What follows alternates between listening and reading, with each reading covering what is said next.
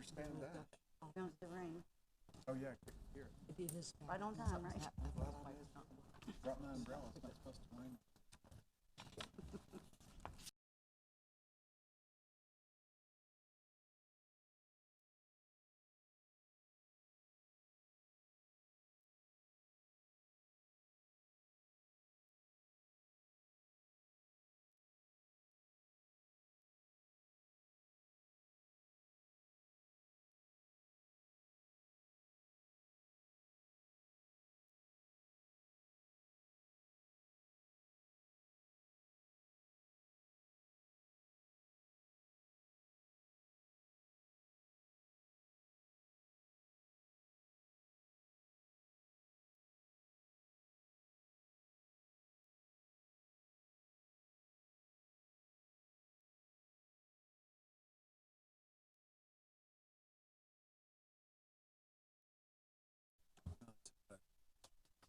The big guys get to make all the decisions. On your phone, is your phone silenced? Oh, does it even reach that far? Oh, this had a separate phone line. They're too busy doing bike. Right. But Did it there's some quick? nice bike. I don't think they'll kick you out. I like the one that Lord looks knows I like make enough noise. You know, Well, like right here, it's like music. There's no bikes. think start. Because if I were the bike, I wouldn't think I should tie my like this. Yeah, I 'cause figured he'd come get.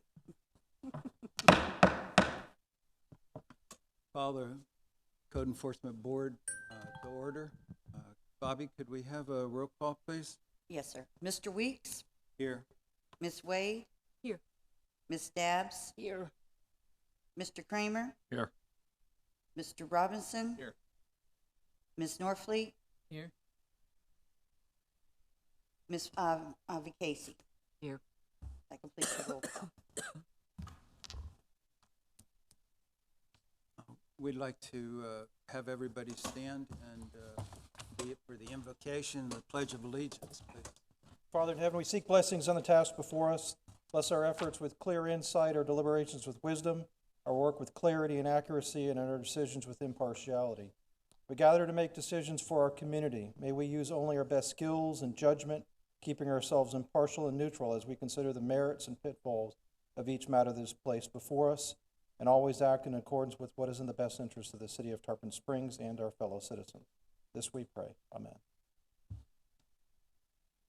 I pledge allegiance to the flag of the United States of America and to the republic for which it stands, one nation, under God, indivisible, with liberty and justice for all.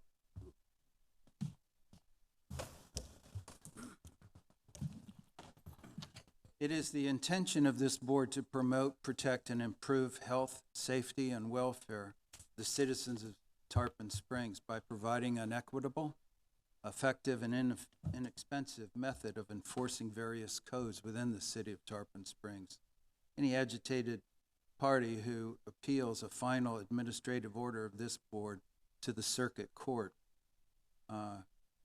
shall appeal such a filing within 30 days of the execution of the order to be appealed.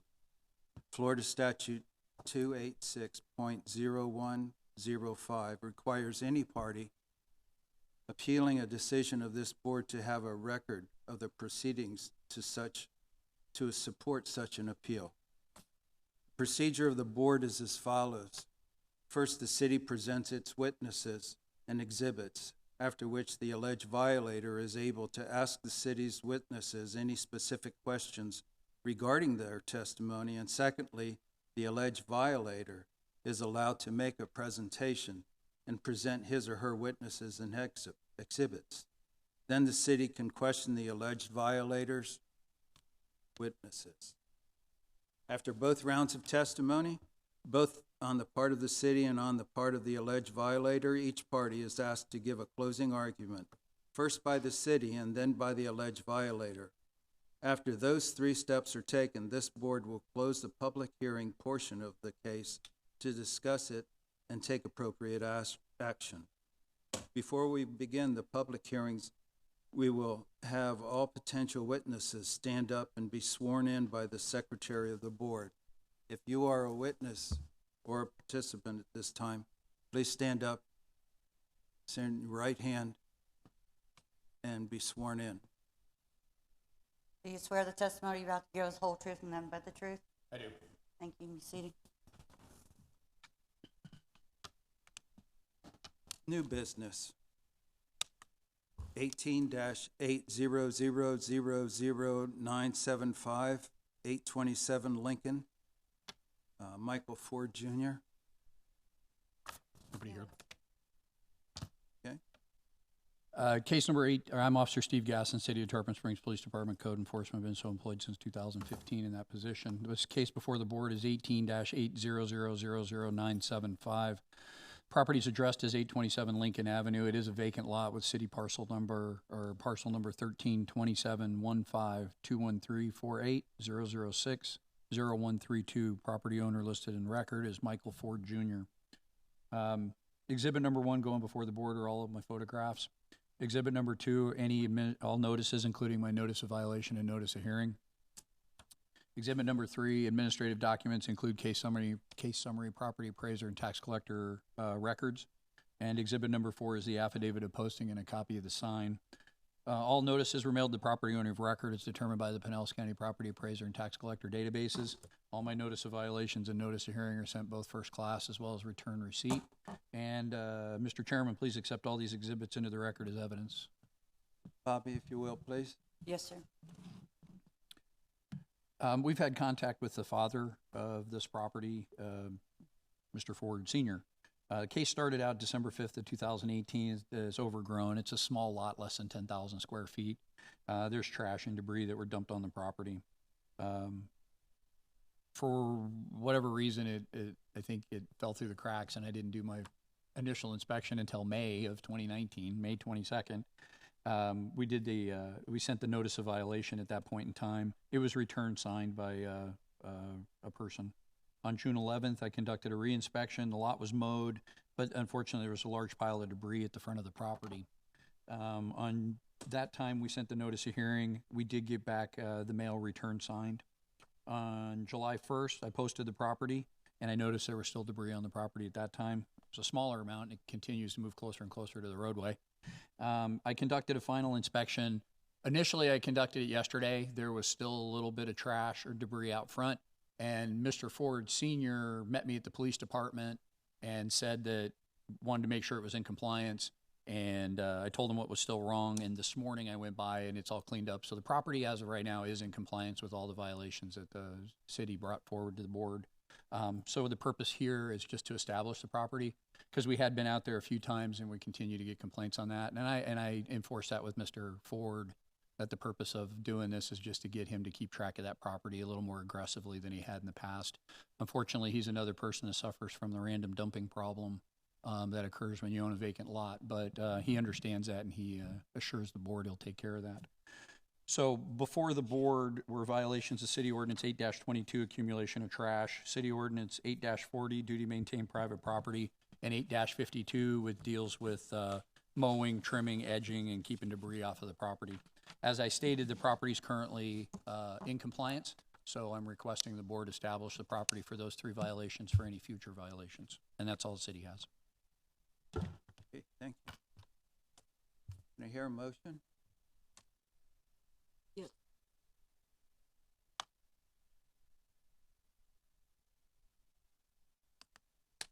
I move that based on the testimony, evidence, facts presented in the law, that at the time of the alleged violation, sections 8-22, 8-40, and 8-52 of the Code of Ordinances of the City of Tarpon Springs was in force and effect. At the time of the notice of violation, the respondents were in violation of said code sections. However, they are now in compliance. Second. Been seconded, and all those, voice call, Roll call. roll call, that's what I'm, Ms. Vacation? Yes. Ms. Norfleet? Yes. Mr. Robinson? Yes. Mr. Kramer? Yes. Mrs. Dabbs? Yes. Ms. Wade? Yes. Mr. Weeks? yes, Motion carries. motion carried. And now to number 4, 19-800000332, a vacant lot on Spruce Street. Is there anyone here on that case? Ma'am, if you could step forward, then have a seat behind the microphone. Tell us your name and your address, please.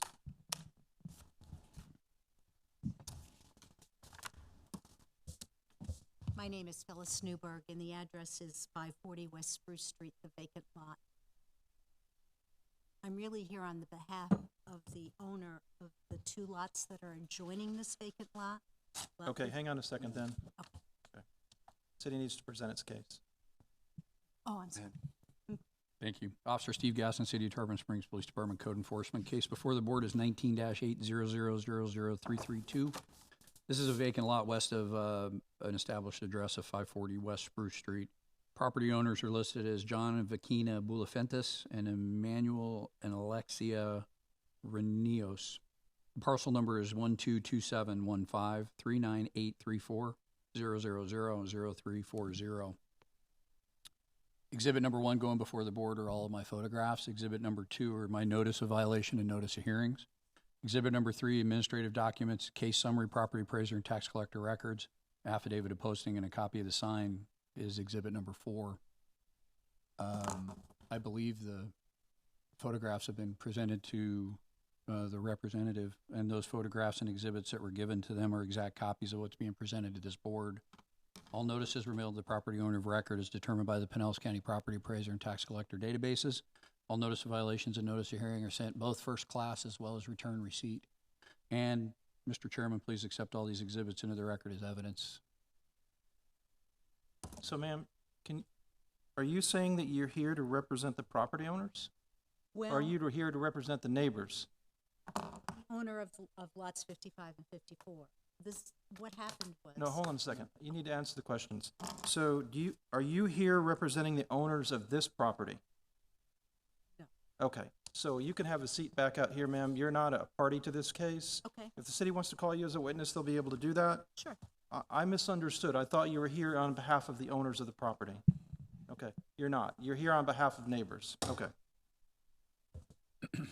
Back to the question of receiving these in evidence. Receiving these in evidence, Bobby? Yes, sir.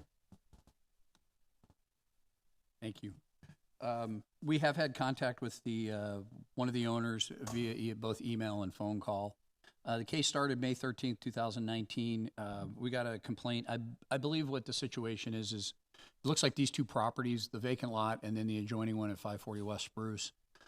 I'm not sure of all the circumstances behind it, but I believe they're both being sold. But during the process, they figured out that this driveway was built without permits. There was a shed put up without permits. The fence is in poor condition. So code enforcement got called to go out and investigate it. Found that the driveway was installed without a permit. And just to make it a little easier for the board, we since found out that the city no longer had any records going back far enough, so we moved away from the driveway issue. So just telling you what the initial case was for. But then additionally, there is a storage shed, which is an accessory structure, and there's no building, when there's no building on the property, it's a vacant lot. City code requires that if you have a shed, you actually have to have a structure, like a house or a business or something. This is kind of like, for lack of a better term, an orphaned shed. The shed also appears to be violating the setbacks defined by the code. It has to be so far off the side and rear property lines. I didn't go back on the property and measure it, but with my camera, I can take a picture and see there's pretty much no distance between the rear fence and the back of the shed. So I made an educated guess that it wasn't more than 5 feet. So on May 20th, the notice of violation was mailed. It was returned marked vacant, which I'm not exactly sure what the post office terminology is, but we did get a return. On July 2nd, I conducted a reinspection. Basically, there was no change. I'm sorry, that's supposed to be June 2nd. On June 4th, the notice of hearing was mailed. Per the property owner's request, they actually asked to be scheduled for code board, but they're not here. That mail was returned marked unclaimed. On July 1st, I posted the property. There was no change. On July 10th, I conducted a reinspection. Still no change. I know that there's been a lot of going back and forth where I believe my clerks had contact with a realtor and some other people. They're trying to sell this property, and so they're dealing with some of these permit issues and things like that. It sounds like it's going to be sold in fairly short order, but I don't have we never saw a sales contract or anything like that or a definitive time frame. So what's before the board at this point in time is City Ordinance 6-1, which adopts the 2017 Florida Building Code and the 2018 International Property Maintenance Code. Section 105.1 of the Florida Building Code, it requires permits. That entails that structure. And then 36.00 of the City Code has additional rules on that accessory structure. Like I talked about, there has to be a house on the property in order to have an accessory structure. And then 36.03 fences, walls, and hedges. You'll notice, and there's one picture, and I can put it up on the board. The fence that's along, it'll be, if I can make this move, and you guys can actually see it, figure out where my, there it is, it's on this side. So if you notice, right along here, this fence is missing a section here. This chain link fence is in fairly poor condition. We couldn't find any permits for the fence, but again, this very well could have been up 30, 40 years ago. But it does have to be intact and well maintained, and that fence isn't. The property line for this is, you see these little posts that are in the ground? Mm-hmm. There's like a concrete slab that was laid on both of them, and it almost makes you think at one point in time they were owned by the same person. But they're two separate parcels. This is 540 West Spruce over here, and this is the vacant lot that we're talking about. So it's divided by this little line right here. So this is the fence I'm talking about. That's the structure, and you can see that's the back fence back there, right there. And it's pretty much right on top of it. So It's difficult to see if that structure is on 540 or the. If you see it from the street, it's those two sheds are pretty much right on opposite lines of that property line. There were some survey marks out towards the street, so it appears that somebody went ahead and put those little stakes in to kind of divide that property. They actually cored them into the cement to put them in. But it is to the south side of those little stakes. So it indicates to me that it's on that property. And I believe the owners, when they contacted us, had no argument about the shed being on their property. So Thank you. I don't have anything else as far as that goes. And as I stated, those 4 violations are what's before the board at this time. And the city has nothing further.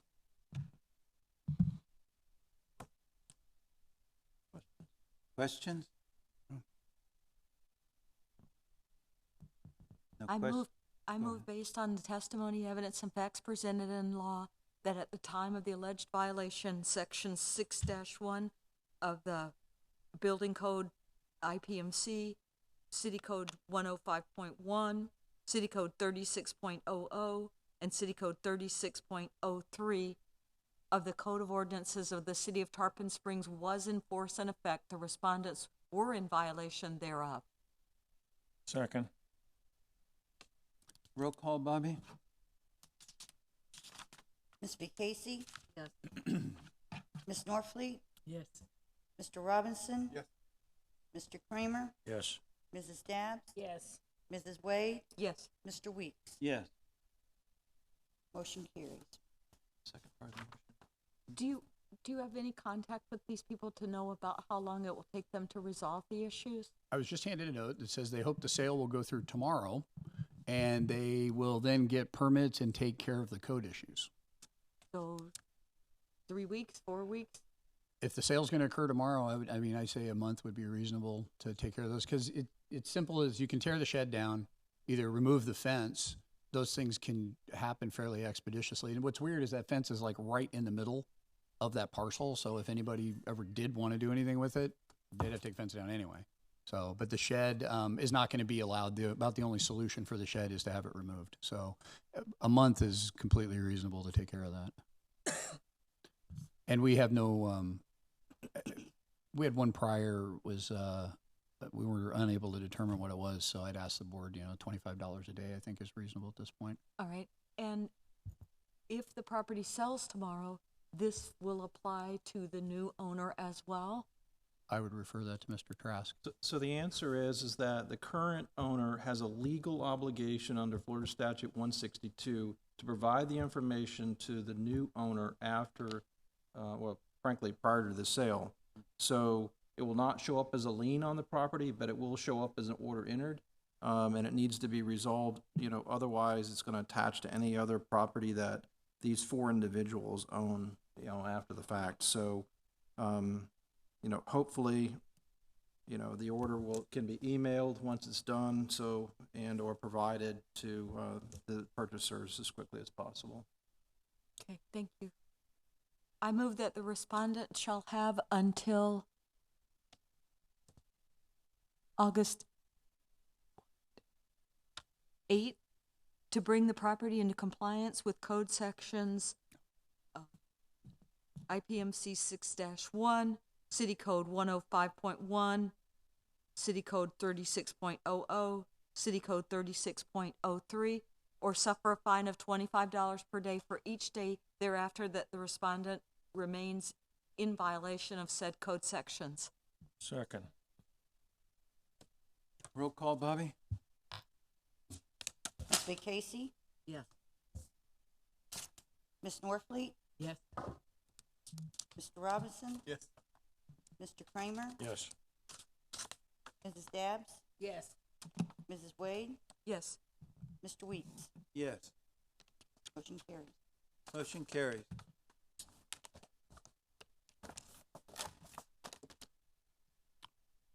Repeat violator, 19-80000386, 1422 Gulf Road, Nicholas Harris, Trust. Here, great. You can step up to the,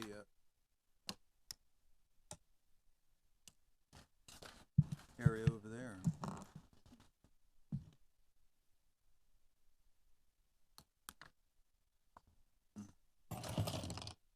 You could state your name and your relationship to the property, please. My name is Elena Harris, 1422 Gulf Road. What relationship do you have to the property in Nicholas Harris? I'm his daughter. Okay. Are you an owner of the property as well? No, Are you here to represent him in this case? yes, he passed away. So the property is in a trust? Yeah. Thank you. Thank you. Officer Steve Gasson, City of Tarpon Springs Police Department Code Enforcement. As stated, this is a repeat violator case starting from June 10th, and it's currently still in violation. The repeat violator case that made this case a repeat violator case was 18-800000375. That was violation of City Code 8-16, 8-40, and 8-52. That previous case was complied before the deadline that the code board established for it, so no fines were assessed. The current case before the board is 19-800000386. Property address is stated as 1422 Gulf Road. It's in the name of the trust of Nicholas Harris. Exhibit number 1 going before, and I'll let the board know there's 3 repeat violator violations, and then there's 2 new ones, so I'll cover all those. Exhibit number 1 are the photographs for this case. Exhibit number 2 are all the notices to include the notice of violation and notice of hearing. The administrative documents, case summary, property appraiser, and tax collector records are exhibit number 3. Exhibit number 4 is the affidavit of posting and a copy of the sign. And exhibit number 5 is the affidavit of prosecution costs for this case. All the photographs and exhibits that were given to the violator or the violator's daughter are exact copies of what's being presented at this board. And I don't know if you've had a chance to see if she has any objections to them. Do you have any objections to those being placed? Yeah. What is your legal objection to the photographs and the other documents? It states that it was done, July 10th? Yesterday. All right, so the trash barrels, Hang on a second. What is your legal objection to the photographs and evidence being received? Is it hearsay? Is it relevant? You know, some type of legal argument. What is your legal? oh, there's none. Okay. So if there Okay, is so no- you have no objection. Objection legally. Right. You'll get the opportunity to Yeah. state your case and explain what has happened. Okay, so you need to receive those in evidence. Okay, would you take those into evidence, Bobby, when they come down your way? Yes, sir. Thank you. Obviously, we've had no contact with the owner. Ms. Harris can explain there was a situation with her father. He's involved in an accident, and unfortunately, he's passed since then during the process of this case. The case initially started on June 10th. It was my initial inspection. Complaint from, I believe, one of the neighbors, trash and debris being stored in the yard. Trailer was within 2 feet of the side lot line. Trash cans in public view. On June 10th, 2019, the notice of violation, notice of hearing, as well as a repeat violator notice of hearing were mailed. They did return to the office. The green cards did return signed. On July 1st, I posted the property and signed the affidavit. On July 10th, I re-inspected the property. It's still not in compliance. The grass is overgrown. There's a truck in the driveway with a left front flat tire. There's many other items of debris on the side of the house, particularly on the north side. You can see in one of the last two pictures. So for the repeat violator sections, which are 8-16, you can see in the photographs, city code requires trash cans to be stored out of public view. I took these photographs from Anclote Drive, which is the roadway, and clearly they're in public view. So they're still in violation of City Ordinance 8-16, which was established on the previous case mentioned 375 of 2018. That's one of the repeat violator ones. The second one is accumulation of trash. That's just generally having trash and whatever on your property. That's a new violation. And then another repeat violation is 8-40 and 8-52. 8-40, duty to maintain private property, not taking care of the yard and other things like that. 852 is not taking care of the yard, storing debris, unused equipment, things like that on your property, which seems fairly apparent on that north side. And then the last one, which is a new violation, is 42.00, which is parking recreational vehicles. Under the ordinance itself, a recreational vehicle is also considered a utility trailer. Part of the city code 42.00 states that it can't be parked within 2 feet of a side or rear lot line. Again, there's a trailer parked on this property.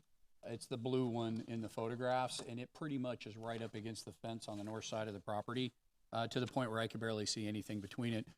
A good guess is less than 2 feet, so that's the reason why that code is on this. So again, for the board, the two new ones are 8-22, accumulation of trash, and 42.00. The three repeat violator ones since June 10th are 8-16, 840, and 8-52. And at this point, the city has nothing further. Now we turn to you and ask you, first of all, I want to tell you, sorry for your loss. Thank you. But we need to move on, and if you can give us your statement Okay. of how you know, what So I live in any Boston. witnesses. Yes. I'm from Boston. Okay. I flew down, then assessed everything that I wanted to see from the first time around, which I was here with my father, and he'd taken care of that and paid. I come down, that was June 18th, and my brother, who normally lives there, was in the hospital, and he still is. Normally, he will do the grass and all that. I don't know anybody at all, except my neighbor, George, his wife, and their son, Chris, which happened to call. And then I don't know any of the neighbors on the north side. After looking at all this, the trash barrels, first of all, are not even exposed. I don't know what picture that was, but when I took out my trash on a Sunday and Monday, and I took it out late Sunday night, that following Monday, it was never even picked up by everybody else, which I did have to call, and then they came later. And I put those trash barrels, they're all lined up. Here's the fence, there's another fence, and they're all pushed back. So it's not anybody's view. So that photograph had to be taken sometime in between that when I was trying to get it all cleaned and throw stuff. The other thing is the tire on the truck. It's a registered vehicle, my name. That tire got flat from the night before, which is why I had to call the police to find out what's going on in the neighborhood. And it's documented, okay? Only because somebody I had the gate closed, but somehow I wake up and I'm like, what happened here? Because I drove that truck for a little bit to get it from one place to another. So that happened. Plus I have a compressor, I don't know how to use it.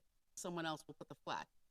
It's a registered vehicle, so why would that make any difference if it's on my driveway because it has a flat tire? People get their tires slashed or something can happen, but why would that be a violation? First of all, that's private property on my private property. The other thing is the trailer. That trailer was registered at one point, that blue trailer, and that is in the back. That, obviously I can't do anything about that till my brother gets back. I just got here. So I don't know how to do this kind of stuff. As far as equipment, there's a hedge cutter, there's things like that laying in a nice, neat area, which is normal when you have your own property and you can do it. This is what my father left before this whole accident. Then, as far as trash, it could be papers, it could be whatever he's saying, but the trash, every day I'm out there sweeping, especially at the July 4th when everybody was parked across the street with the police saying no fireworks in the middle of the street, whatever. I cleaned just about every area outside of that, number one. Number two, there's some nutcake who decides he wants to continue doing the same thing. And I found wrappers that weren't anywhere from the stores further up or anywhere. They were deliberately put there, just like the trash when I had it out from late Sunday night and get up Monday morning and see the trash on the ground, which I had to pick up. And the third, which really bothers me, I looked for somebody to cut the grass. I called Mugro. I actually met the son and took his card. He said, call. I did. I spoke to somebody who runs the business, but apparently I left him a voicemail. He told me what to do. Monday comes, Tuesday comes. I finally called. He said, well, we left you a voicemail and a message. I gave my direct, nothing. My phone tells me everything. I'm quick about that. By the way, we're 3 weeks out. I said, okay, fine. You should have at least called me so I could have somebody else do it. We do have a tractor type mower. I don't know how to use that. So it's there. So I'm going to try to get a next door neighbor on the north side across from me, see if he could do it. As far as the property that goes on the outside too, when you walk in the walkways, that part too. But other than that, as far as machinery, there is what do you call those things? Not a dune buggy, but ATV that is being repaired. Other than that, it's very close up to my actual garage. I can't push that thing. Someone else has to do it if it has to go in the garage. The one that has a cover over is a lawnmower, again, a rideable type, that needs something, and that's why it was covered. But again, that's all I can tell you. I have no idea, as the woman coming to a house this big, suddenly what happened, which I was here for, by the way, trying to make contact because I don't know anybody, but I did talk to George, who is, my house is right here on Gulf Road, he's next door. And the funny part is, here he is doing his own lawn mowing. And, questions me about things and this and that. And, I don't know him well enough to even talk to him enough to tell him anything. He could have offered. He's done some things for my father. He could have offered nicely and say, I got mine out, let me do yours. I would have paid him. But his son, Chris, who's a 52-year-old, is the one that's doing this. Because I called him Objection to directly. relevance on this. Yeah. Do you have any, the Officer Gasson has just called objection because there's no relevance as it relates to other people and As far as what? There's as somebody who decided to call and There's no- complain. we're talking about these repeat violations and these new violations. All right, I just finished telling you. Great. My father passed away. I'm not God. I can't do Sorry. this. Like I said, Yeah. I'm sorry that happened. And it will get But we done. have to go through a process Yeah, right now. I understand. And if you'll allow us to do that, Fine. we'll be good. Yeah. Officer Gasson, I have nothing further. further. Do you have anything further to add? Like I said, I'm working on it, and I'm out of here by next week. Can you tell us how long you need? Oh, I think probably my brother will get back out of the hospital, so give him a couple of days. I would say I would try, like, today is the 11th, hopefully by the 11th of August, the latest. Does anybody else have any questions for? To get the grass mowed? No. Everything else, that's handily big. I can't do that. I don't know who to get rid of it. The grass I can do before I leave. Even if I have to go on the little rideable thing, I'll figure it out. Anyone else? Do you have anything? I wanted to ask Steve a question. Sure. Can you remind us what City Code 816 pre-collection practices do? The city code requires that trash cans be stored out of public view, and there's also requirements of you can only put them out 12 hours before trash pickup, and they have to be retrieved and put back out of public view 12 hours after trash pickup. So basically, that's what 816 covers. May I say something? Because they forgot to pick up our trash on Monday, which I made a call. Ma'am, that's not what this is a photograph Of of the trash cans, the plastic trash barrels where they're itself. being stored Yeah. on the property. just And has- how can they be in view when you can't see them? You I want to put up can't the see photo? them.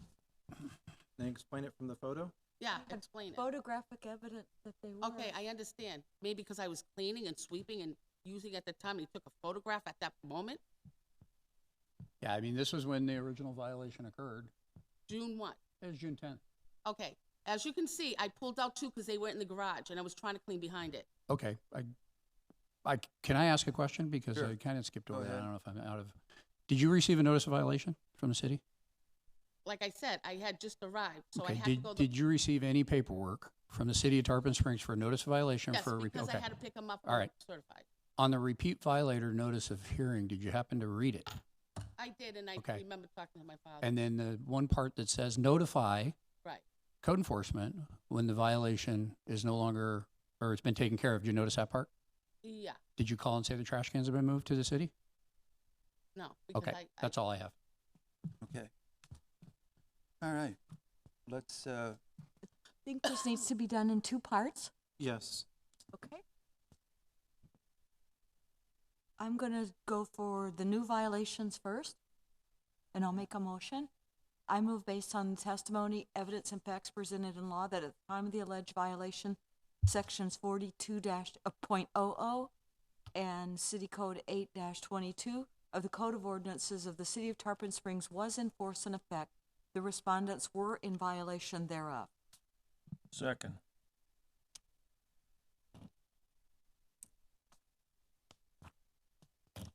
Roll call. Yeah. That would be under the repeat, the next motion. roll call, please, Bobby. Ms. Vaquesi? Yes.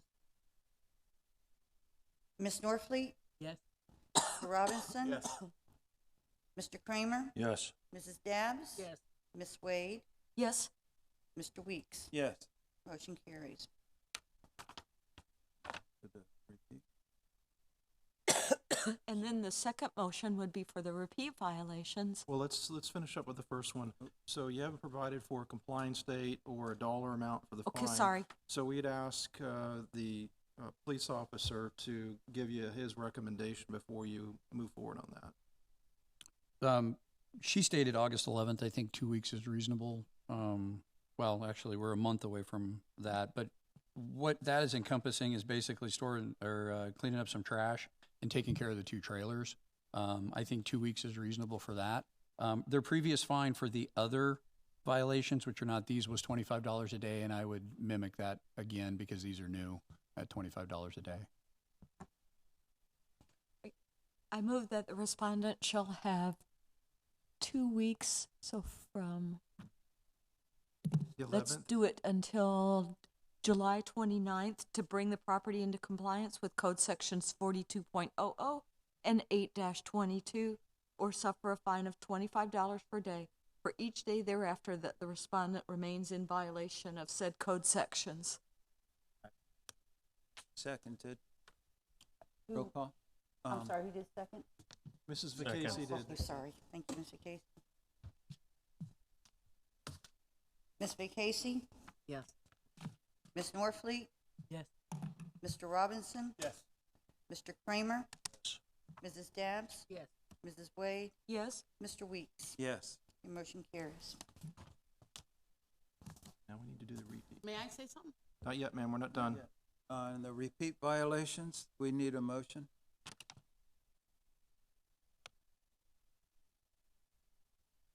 I move that based on the testimony, evidence, facts presented in law, that the respondent at 1422 Gulf Road was in violation of sections 8-16, 8-40, and 8-52 of the Tarpon Springs City Code from the date of the initial inspection was June 1st? June 10th. June 10th, from 6:10 until it is brought into compliance, and a fine of $25 a day shall be imposed until the compliance is met. In addition, I move that the city be awarded $99 for the cost incurred in prosecuting this case. Second. Roll call, Bobby. Ms. Vaquesi? Yes.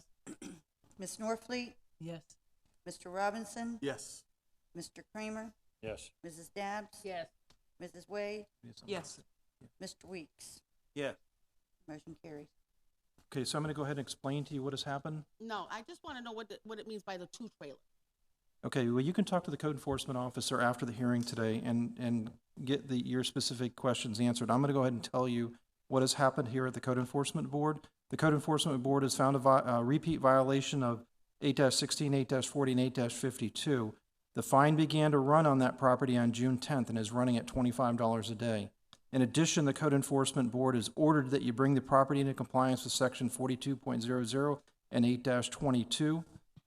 You have until July 29th to do that, and should you fail to do it by that date, then there'll be a $25 a day for each day that it remains in noncompliance. In addition, the board has awarded the city $99 for the prosecution costs of this case. An order will be entered. It will be mailed to the address listed by the property appraiser's records, that will be done within about the next 10 days. Should you have any questions relative to what happened today? Okay, I don't have my glasses on, but what's the two codes again for the $25 a day? It's the same codes in the notice of violation and the notice of repeat violation that you got mailed to you.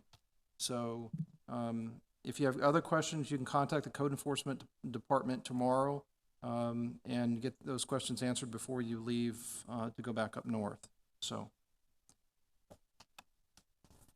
okay, so we can move on to the next case. Thank you. Am I free to leave? Yes, ma'am. Thank you. You're welcome. Repeat violator, 19-800000396, 385 Whitcomb Boulevard, Harry, Pasalitas. Pasalitas, sorry. He was here. I saw him here a minute ago.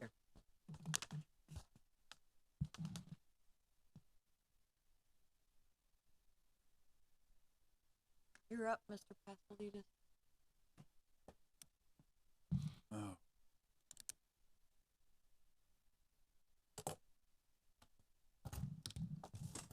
Can you think of the name of the street between, Street Park, Twin Lake? The one that runs, that little one off of Twin Lake? No, that's fine. When you're going out, street just, Overlook? no. I don't believe either one of them are sworn in. So I need sworn in. Oh, Bobby, have you been, the town or either, in town? both of you been sworn in? I have, he is not. Okay, if you would, raise your right hand, please. Do you swear the testimony you're about to give us whole truth and nothing but the truth? Thank you. Thank you.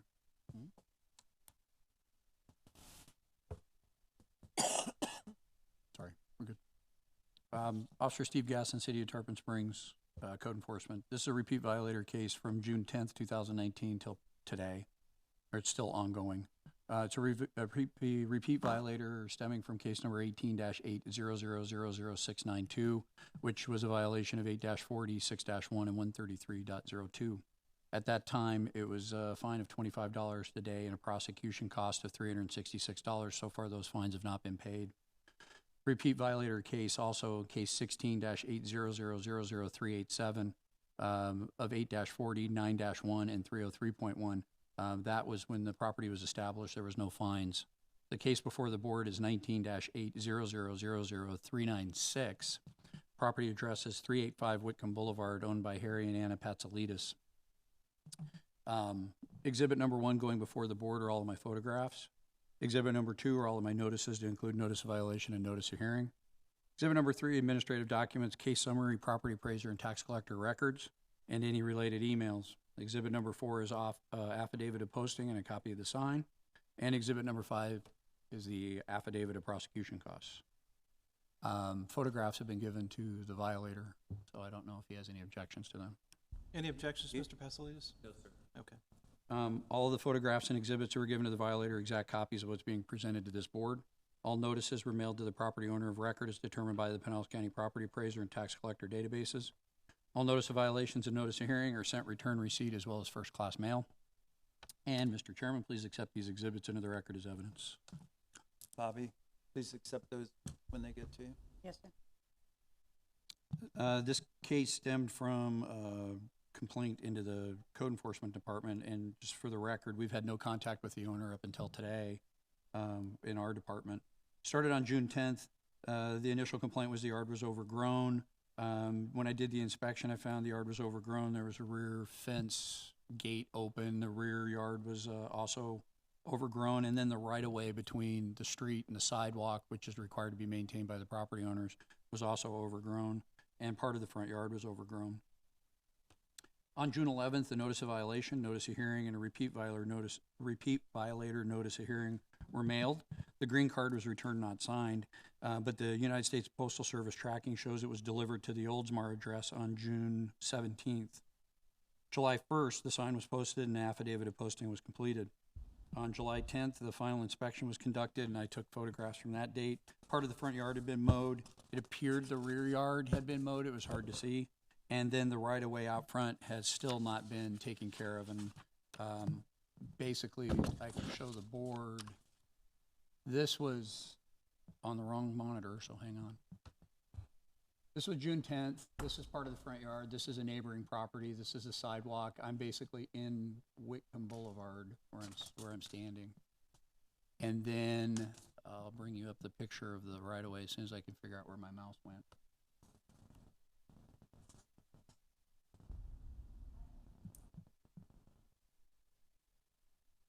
So this is looking towards Gulf Road, Whitcomb, and Whitcomb Bayous to the right. You can see the sidewalk's overgrown. City code requires that it's not more than 4 inches. I think all of us can reasonably assume that's more than 4 inches. And this is the right-of-way, this section here, and as you can see, it's grossly overgrown on June 10th. And then the photograph from yesterday depicting that same general area shows that it basically has not been maintained. Still overgrown, sidewalk hasn't been taken care of, and full of debris. As like I said, most of the front yard, it looks like there's a little square area that hadn't been mowed yet in the front yard, but it wasn't going to be in violation length, if you will. But the right-of-way is still untouched from June 10th. So for that reason, it's a two-part case again. 8-40, duty to maintain private property, was a previous repeat violator, and that's been ongoing since June 10th. And then the new violation is 8-52, which specifically addresses maintaining your yard, maintaining the right-of-way, and so on and so forth. And then I have additional information after the fact for other cases related to this property owner. So, right, as of now, that's all the city has. Good afternoon. Do you want to state your case now? Question for Go ahead, question. Sorry. Can you pull the microphone in front of you so we can all hear you? Perfect. Thank you. Should I address some of those pictures now or wait for the case? This is the time to ask your questions, and then once you're done asking questions, you can present your case. Okay. Yeah. All right. Regarding these pictures here that you've shown the code board, I agree that the part between the sidewalk and the street is overgrown, but the part of the actual property address, the grass that belongs to the house, has been cut and is less than 12 inches as shown in those pictures. I'm not questioning the other part, and I'm not questioning the responsibility of doing that. However, I've been informed. Sir, this is time to ask questions. You're making your statements Okay. and so. Do you have Is any the grass questions of the cut? officer? Based on that picture there, is the grass on the left side of that picture less than 12 inches? I already stated it was. In my statement, I stated that the yard, except for this little square area right here, was primarily less than 12 inches. Okay, I mean on June the 10th. June the 10th, I have a picture of the backyard, and it was not anywhere Not the near- backyard, this It's your yard, sir. I can differentiate front, side, left, right, top, bottom. It's your yard. The backyard was overgrown on June 10th. The front right-of-way was overgrown. Can we go to I exhibit- can't honestly tell you if the Can we go middle to part exhibit wasn't. 1 so specifically we can talk about each exhibit? Sure, okay. Give me a minute, I gotta go dig them up.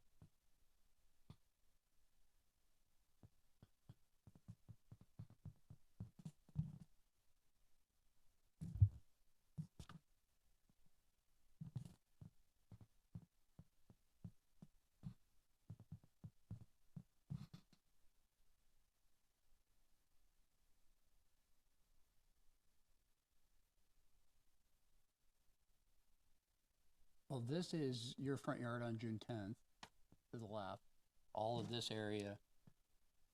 And I'm pretty confident that's more than 12 inches. This is your neighbor's yard. This is the property line. I'm guessing because this is maintained, this is not. This is the right of way out front. This is your front yard. Yeah. So that's one of On the them. right side of that property, I'm sorry? on the right side of that picture, there's some parts in the middle that are overgrown clearly. Okay. On the right side of that is a cut. Is that a question? I'm sorry, Cut. you're asking me if the neighbor's property's cut? No, that's not the neighbor's Okay. property. I'm telling you that is your property and it's Yes. overgrown. I There's a- don't know, there's but I some thought that was the overgrowth neighbor's property. in the middle that I can see, but on the right side of that overgrowth, the grass looks like it's been cut. It looks like it's less than 12 inches. Is that correct or not? Yeah, there's some of it that does look like it's less than 12 inches, Okay, yes. thank you. Next exhibit, please. Sure, this is your backyard on June 10th. Okay, and there's a fence there, right, with a gate? I assume that's a gate, yeah. Yes, sir. And the backyard is overgrown, correct? Yes? How about the front yard before the gate? Is that overgrown? It looks like it, yeah. Over 12 inches? Approximately. I mean, unfortunately, Harry, I didn't count each blade of grass. I just have to find a section that's over 12 inches. It's not by square foot, it's not by square yards. It's But- your property. Yes, I know, but the law states that the majority of the property has to be over 12 inches. I don't believe it not says just that, but a few places. I'm not gonna argue that point All right, because I don't can we believe it go says to the that. next one, sir? The next one, I think is I'm into July 10th. No, sir. I've got exhibits here in I got the exhibit front right one. away. I have that the are front right away dated in the June front the 10th. yard, your rear yard, and I've shown all. Are you talking about the one with the what looks like a trailer or something? Yes, in sir. it? Okay, hang on.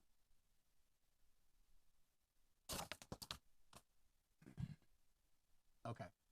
Okay, you take note of that cinder block there, sir? Okay. Is the grass over 12 inches in front of that cinder block? In front of it? Yes, sir. Probably not. Okay, what about the wheel in the back that you see Sir, on the I trailer? can't trespass on your property to measure it. No, so no, I but wasn't just really. looking at the height of the grass that comes up to the wheel. I don't know, sir. Is it, I can't tell you because I Okay. can't measure it. Okay? Yes. I used the areas that you've openly stated were overgrown as a guideline for the violation of the overgrown yard.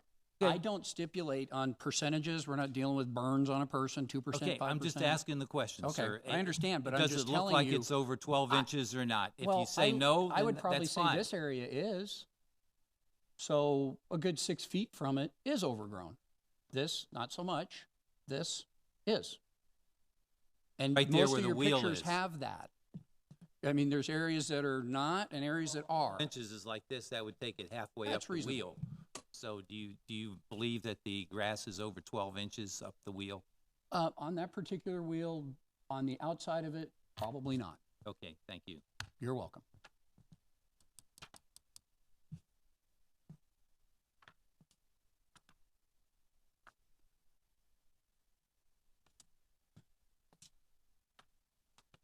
And on the June 10th one where the automobile is in the picture, can you pull that one up, please?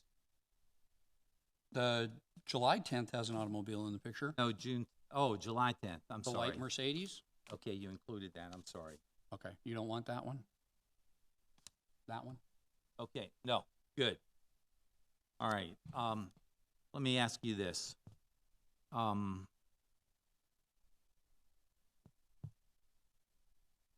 We received this letter, and it gives you the violation number 48-40, duty of maintenance, and then that's all it says on the letter that we got. Notice of hearing repeat violator 8-40. What does that mean? Duty to maintain private property. I could get into it, but it sounds fairly Oh, is that just one violation? 8-40 is your repeat violation Okay, because you'd previously been cited at that property and other properties for violation of that city code found by this board all right. And to be then in what, violation. and then the other one says notice of violation, and it says 8-52. Correct. That's not a repeat violation? That's correct. Okay.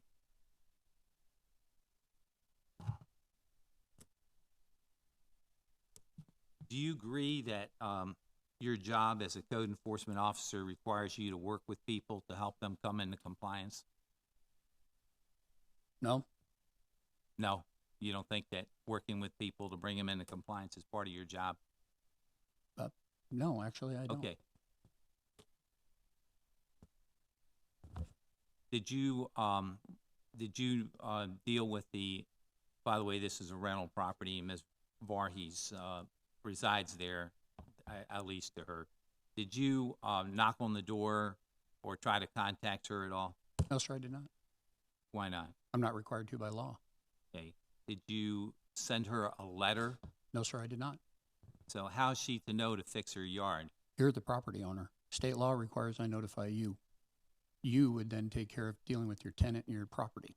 You're well aware of How- that too, because we've been down this road numerous times. That's not what I'm asking. No, I'm that's what I'm asking stating. why you don't notify the tenants. Again, Mr. Because Patzelides, if you we've- did, it would help me, help them to keep in compliance. She didn't know anything about this. You didn't knock on the door, you didn't talk to All her, right, I you didn't object to the send line her a of letter. questioning. Is The that relevance correct? is not there. Is that I'm correct? not required to notify them. I'm required to notify you.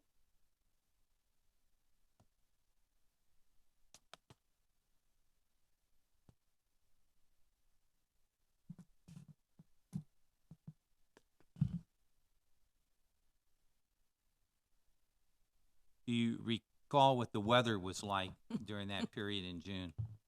It's June in Florida, sir. It rains. If that's what you're alluding to, it's Florida. It rains. Yeah, was there, I'm just asking if you recall. I'm It not a does rain, meteorologist, but sir. I was there can't an tell you. inordinate amount of rain during that period? Actually, no. May had an inordinate amount of rain. According to the news, we had a record-breaking month. But I couldn't tell you anything about June and the meteorological reports regarding the amount of rainfall, when it occurred, what time, how much, and whatnot. Sorry. All right, thank you, sir. Uh-huh.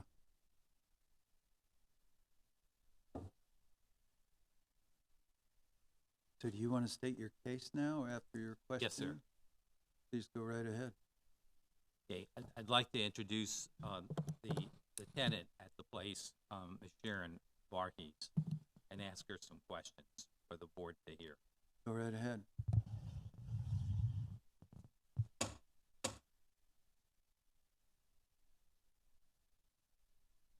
Ms. Varghese, did Officer Gasson contact you in any manner? No. Did you receive a letter or anything from the city Ms. Hill Reverend, identifying that you had a violation? No. Presenting. Okay. If the city's not thing. Prior to June 17th, 2019, when I contacted you, did you know that a violation had been issued on the property of the No. city? No. Had you already started cutting the grass prior to June 10th when the violation was issued? Yes. Can you please tell the board what action you took prior to the violation even being issued as far as cutting the grass? Was in the on June 1st, 5th, and for the 3 days before that, I was attempting to use weed whacker out there to get big weeds down so that mowed. My son, who normally helps me, has orthopedic problems anyway, but he's had more orthopedic problems. He now uses a mobility scooter and hasn't been able to help me as much. So I was attempting to get started on it. I ended up in the hospital with dehydration. My daughter came from Lakeland and tried cutting the grass on 8th and 9th, but she couldn't complete it because of the rain and because of it being wet. She came back on the 16th and 17th and actually cut the whole thing. And so June 15th and 16th, she came and cut the entire yard. Yeah. And my son is in the process, he has been all week, of trying to cut it again, but he gets started and it rains and he has to stop. That the reason that you didn't finish on the 8th and 9th because it started raining? Yes. but you made an attempt to cut the grass prior to gas. Yes, Is I that did. correct?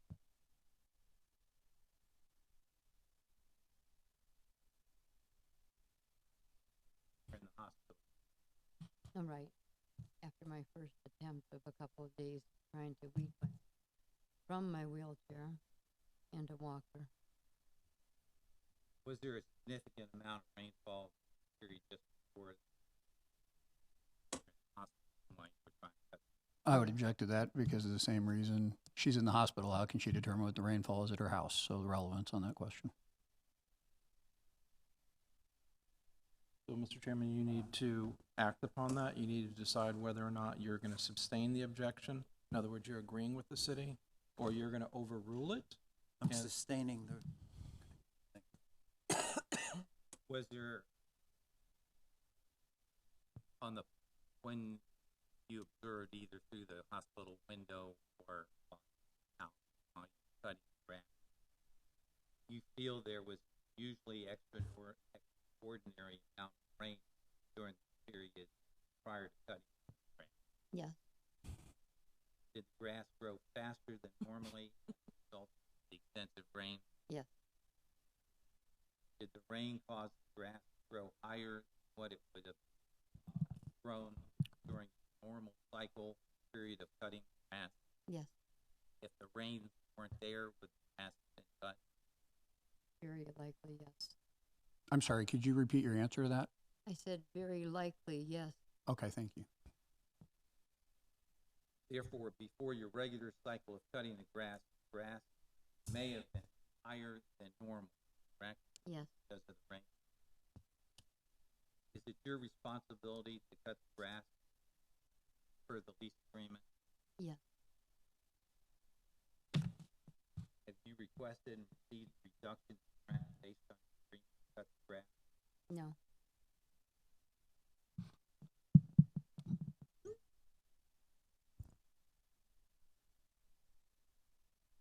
yeah, but that wasn't Sorry, I can't hear any of this conversation I'm- going on. can't- Was- Sorry, private she answered it. conversation. He answered no, for the I'd record. like to introduce, two exhibits. I have, they're out of order, but numbered 5 and 6. And Mr. Chairman, just for point of order, I would like to have the opportunity to question both when that time arises. Yes. Thank you. Let me cover what they are first. Exhibit 5 gives the average rainfall, the average rainfall Carpenter Springs during the month of June. It says 5.8 inches. Exhibit 6 shows the exact rainfall during the month of June, which was almost 3 times that, 14.9. So there was a lot of rain.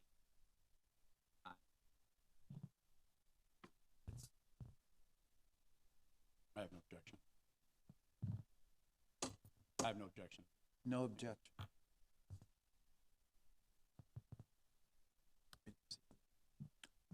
Bobby, when these get down to you, please receive them into evidence, please. Yes, sir. You have to rely, you use a wheelchair Yeah, to get around. yes, I do. You have to rely on others to cut your grass. Yes, I do. Did you hear that? Do these others sometimes not show up timely? Well, I don't have a service. I depend on my son. But as I said, he's been having more problems with his orthopedic situations. I'm sorry. And is now using a mobility scooter. And so is less likely. As a matter of fact, he's been working on the yard for 4 days at this point, trying to get it mowed because he can't mow as much as possible. As much as usual. Because of the rain. The rain and his orthopedic problems. Are you compliant with regularly cutting your grass and taking care of the property? I try my best. I took some pictures of the yard on June 17th. numbered them, exhibits 1, 2, 3, 4. Like,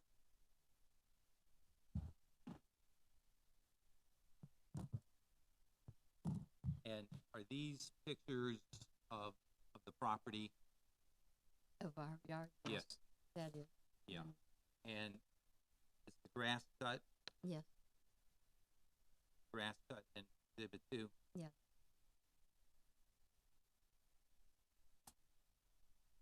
Exhibit 3, grass cut? Yes. And what about the grass on the other side of the side? Well, it is cut as well.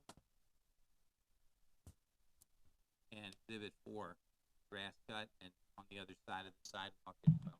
Yes.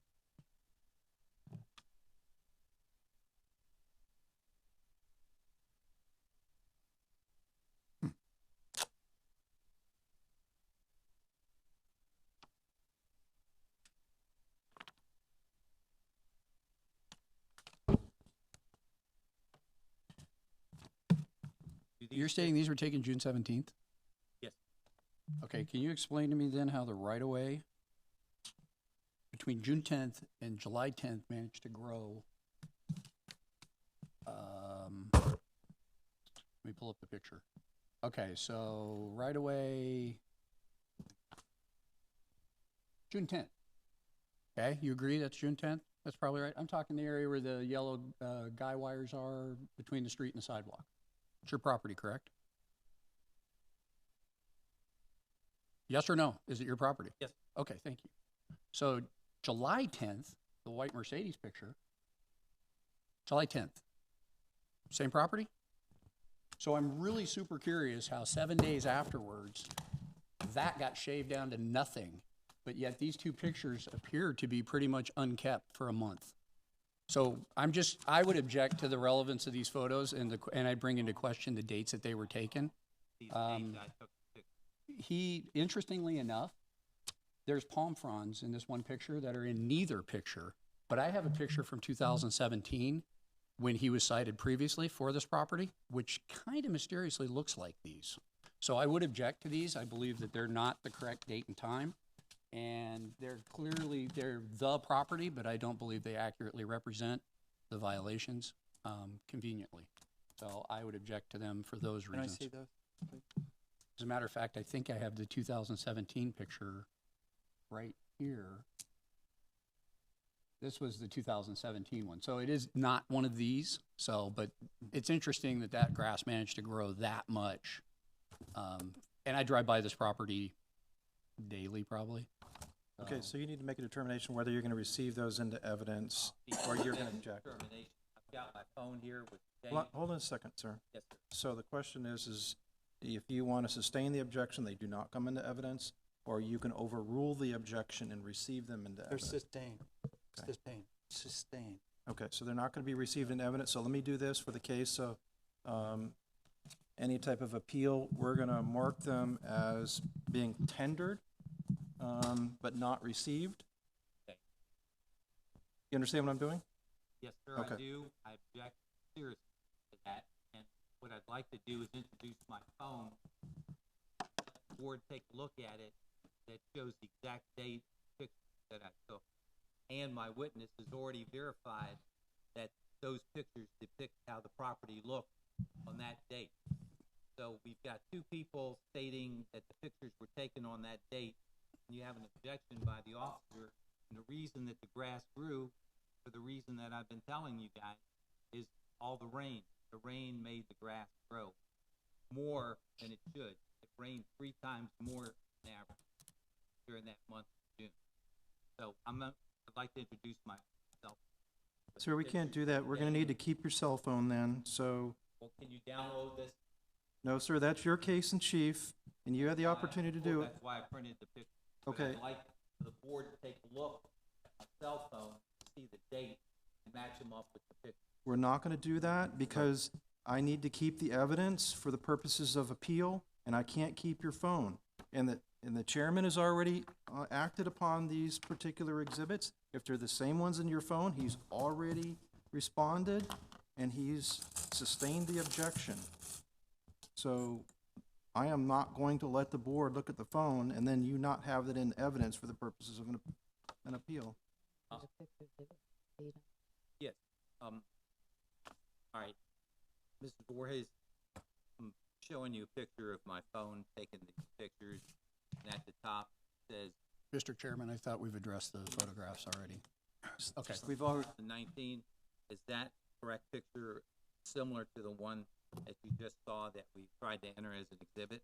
Yes, because my daughter totally cut it on the 15th and 16th. She totally cut it on the 15th and 16th. And this was on the 17th. we've already ruled on this. Yes, sir, but this is different. I'm questioning her. You're not taking the exhibits, but I want to We bring in were her past the testimony. questioning process when you started presenting your case. Pardon me? You started presenting your case. We're past the questioning process. No, she's got to verify that these were the pictures depicted on that date. Go ahead. Okay. You want to look at that? This is the one, which is listed as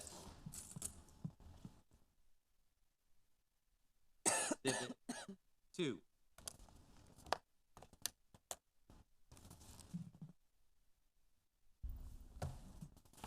Yeah. Okay, and the date on that picture? June 17th. Okay, this is the one depicted as Exhibit 3. What's the date on the phone? June 17th.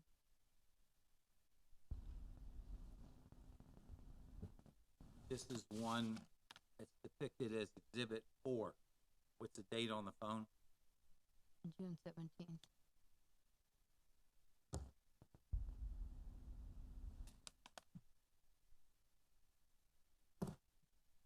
This is the one depicted as Exhibit 1. What's the date on the phone? June 17th. Thank you.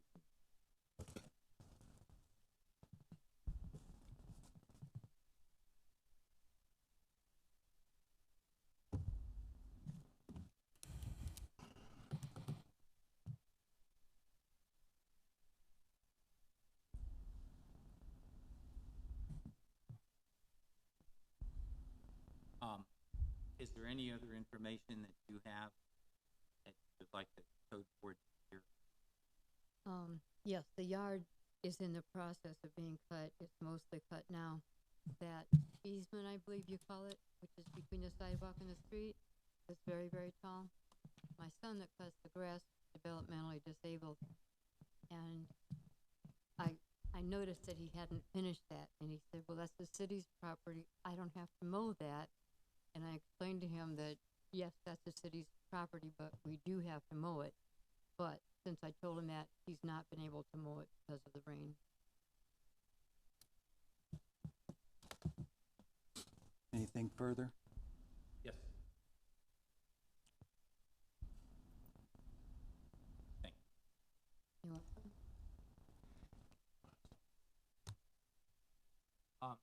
I've been here numerous times before. Reason for it is because I've been a staff. I like Dark Springs. I think it's a beautiful city. I invested my entire life savings in the city, purchased 19 properties, commercial and residential, from 2001 to 2005, which 3 are on East Tarpon Avenue, 6 on Pinellas Avenue, including an 11-unit apartment, 1 on Riverside Drive, 2 on the Sponge House. I have always been compliant, maintaining my property. I even contact my neighbors at each property and provide them with my contact information so that if they see something that's not right, anything, including maintenance, they can call me. Prior code enforcement officer. Objection to relevance on that line of or statement. We're dealing with the case at hand. Sustained. Can't give my presentation. The objection is related to what you were stating initially, the last thing you stated, as it relates to your prior We're here for this current case. Just the current, How many I have. He objected to The your current case. He objected to your testimony about what prior code enforcement officers did. So you need to move on.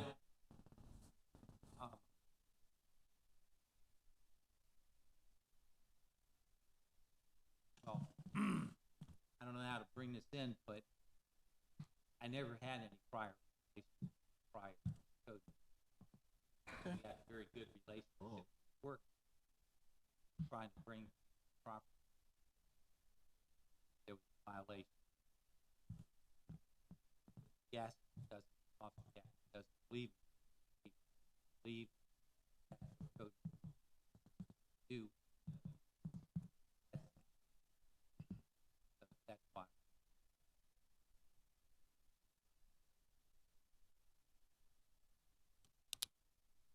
Any violations that were found in the past. I got a courtesy letter, I got a phone call, and I immediately worked on the property, called back, and it was completed fix. Never had to be brought before the code board. That's 2001, 2000. Just want to let you know that I've always been compliant, and if somebody tells me to do something, do it.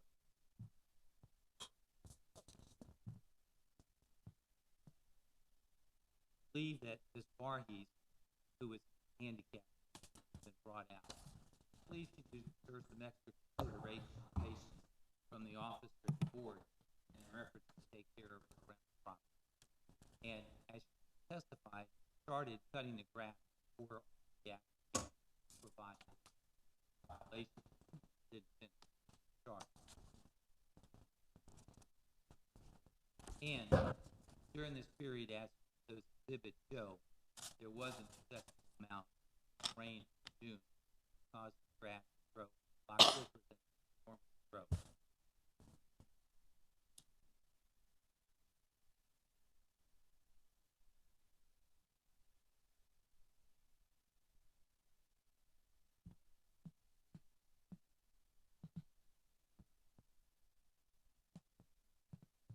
And her normal cycle of cutting the grass may have allowed, because of all the rain, the grass to get higher. To grass cycle flush.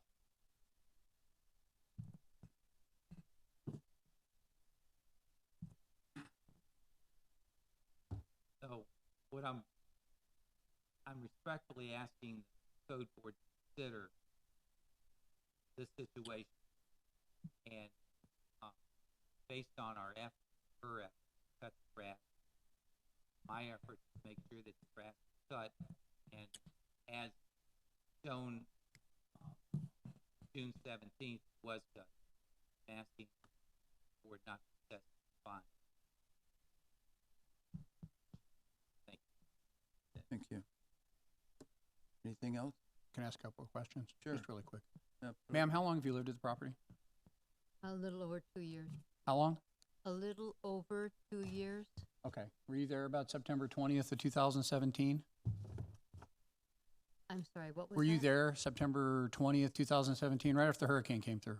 Oh, yes. You were there? You were the tenant there? We were at a Okay. shelter for 9 days.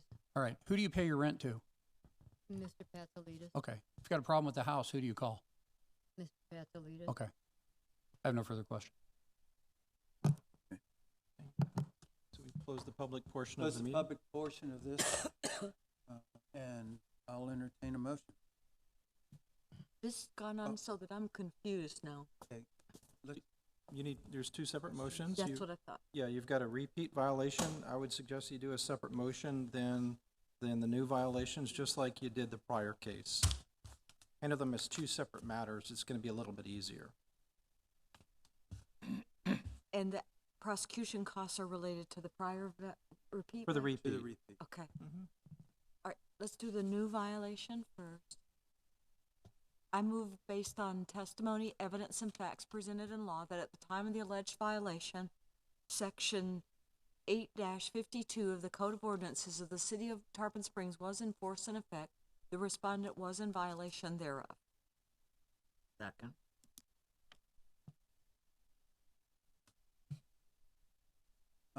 Bobby, can you do a roll call, please? Ms. Vaquesi? Yes. Ms. Norfleet? Yes. Mr. Robinson? Yes. Mr. Kramer? Yes. Mrs. Dabbs? Yes.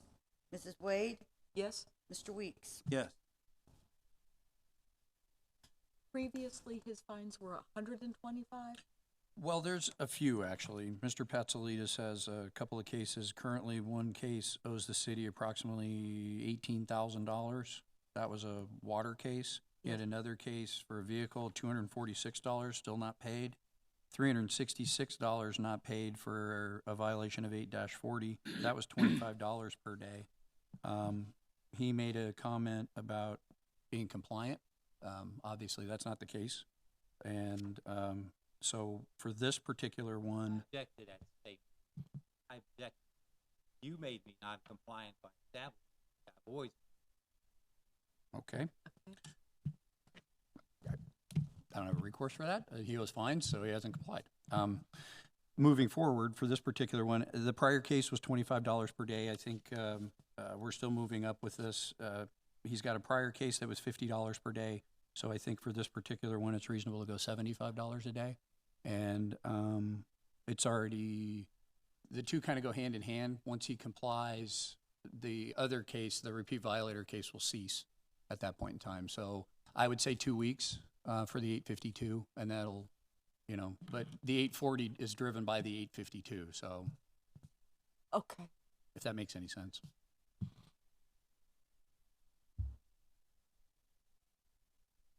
I move that the respondent shall have until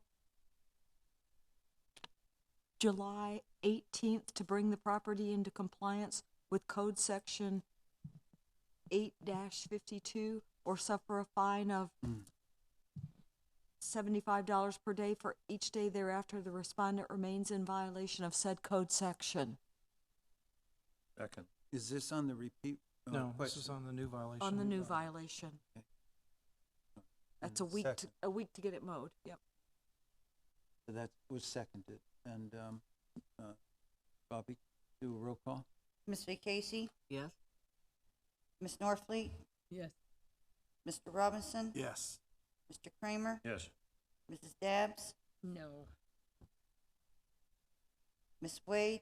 Yes. Mr. Weeks? Yes. Motion carries. Okay, now we need to do the repeat violation.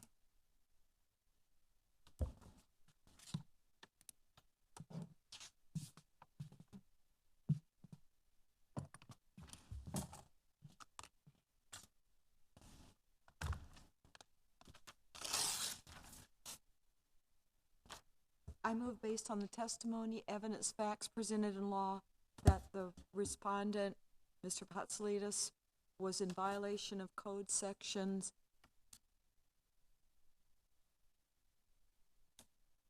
8-40 of the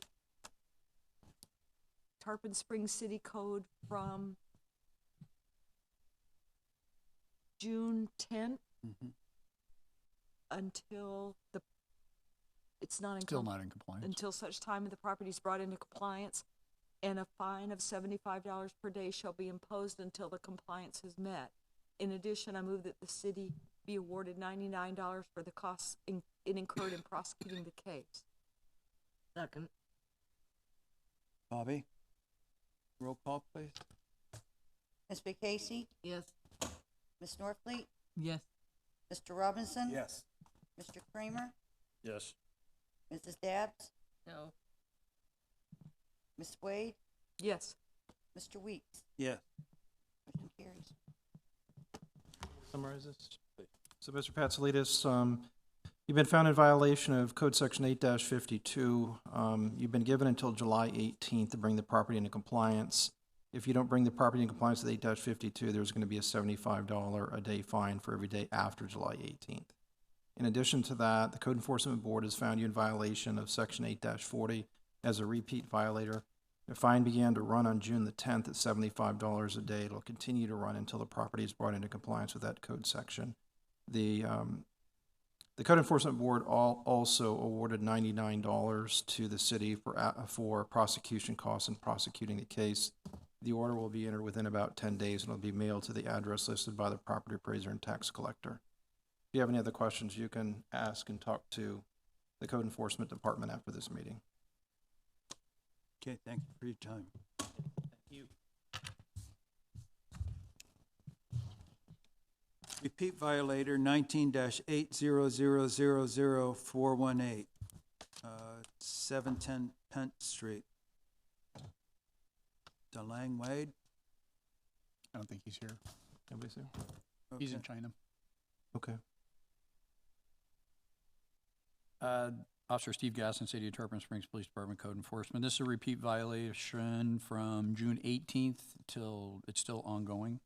It's a repeat violator for case 18-800000412, which was a violation of City Code 8-22, 840, 8-52, 36.03, 40.00, 6-1, IPMC 301.2, and 304.6. That previous case, the fines and prosecution costs totaled $10,823.50. As of this date, they're still not paid. This is case number 19-800000418. The address is 710 Pent Street, owned by DeLong Wang. Exhibit number 1 before the board are all my photographs. Exhibit number 2, all notices of violation and notice of hearing. Exhibit number 3, administrative docs, case summary, property appraiser, tax collector records, and any associated emails. The affidavit of posting and a copy of the sign is exhibit number 4, and exhibit number 5 is the affidavit of prosecution costs. All my notices were mailed to property owner of record based on the Pinellas County Property Appraiser and Tax Collector databases. All notice of violations and notice of hearing are sent both return receipt requested as well as first-class mail. And, Mr. Chairman, please accept these exhibits into the record as evidence. Please accept them into the record, Bobby, when they get down to you. Yes, sir. We've had no contact with the owner. Previously, on previous cases, we were receiving emails from the owner. In this particular case, we've had no communication with him whatsoever, so I'm not exactly sure of the circumstances behind that. The case started out June 18th of this year. Received a complaint from one of the neighbors about there's cement and other debris in the rear yard. The rear yard was overgrown. There's an inoperable vehicle in the driveway on jack stands. When I inspected the property, I found the violations that I just stated. On June 18th of 2019, the repeat violator notice of hearing was mailed. No mail was returned, and the United States Postal Service tracking shows that it was unclaimed. On July 1st, I posted the property and signed the affidavit of the posting. So this property, as I stated, is in violation from the initial inspection of June 18th currently. Violation of City Code 40.00, which is abandoned or inoperable vehicles. Vehicles are required to both be registered and operable. Leaning towards the jack stands pretty much makes the vehicle not operable. 8-22, accumulation of trash, fairly self-explanatory in the picture. 8-40, duty to maintain private property. And 8-52, largely this one is doing some maintenance on the property, but it has to do with debris. Debris is defined. It's a very broad definition, but unused equipment, old pieces of cement, building equipment that's not being used. There's no active building permits on the property, so the reason to store any building supplies would be irrelevant. And that's all the city has at this point. Thank you.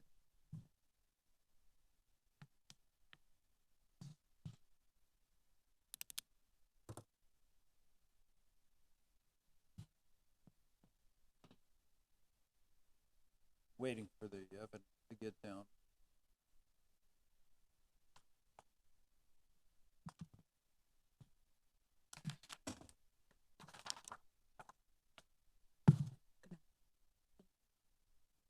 Does anybody have questions at this time?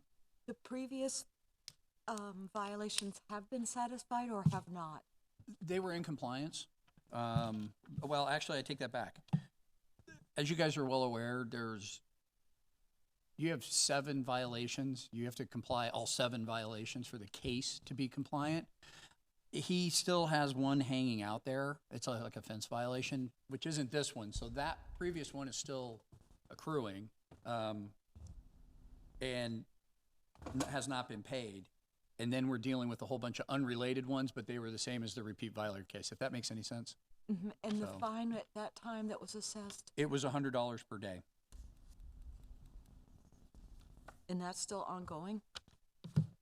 That one still, or did he finally comply? If you give me a few minutes, I can tell you if it's still, but it was noted as outstanding as $10,823.50, and it's not paid. So I can tell you that much. That sounds factually. like it, Yeah. yes. Oh, okay. Yeah, let me look real quick. Anyone else have any questions? I'll entertain a motion.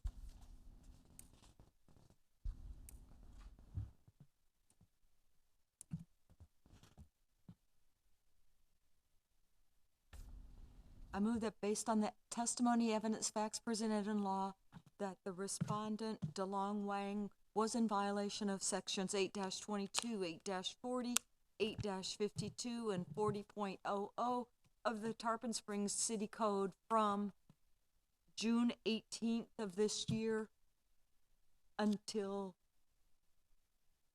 such time as the property is brought into compliance, and a fine of $100 per day shall be imposed until compliance is met. In addition, I move that the city be awarded $69.50 for the costs incurred in prosecuting the case. Second. Bobby, roll call, please. Ms. Vacasie? Yes.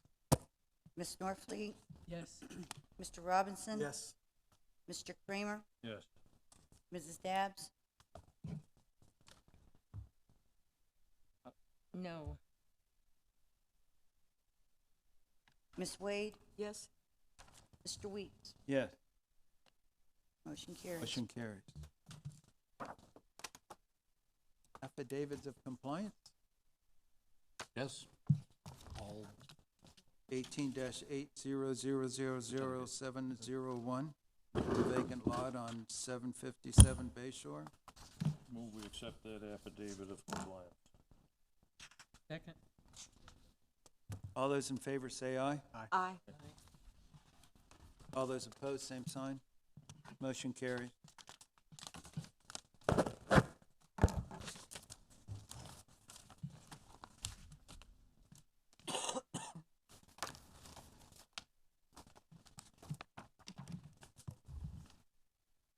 Oh, 18-800000926, 518 East Lime Street.